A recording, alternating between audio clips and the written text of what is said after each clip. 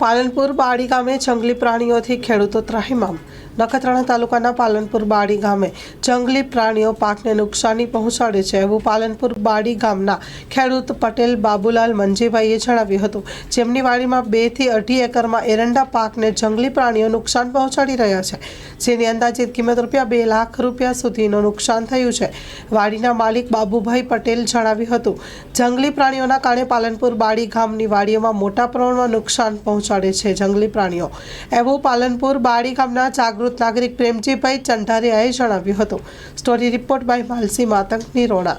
મારું નામ બાબુલાલ મંજી પટેલ, ગામ પાલનપુર। કેટલું નુકસાન થયું તમારું?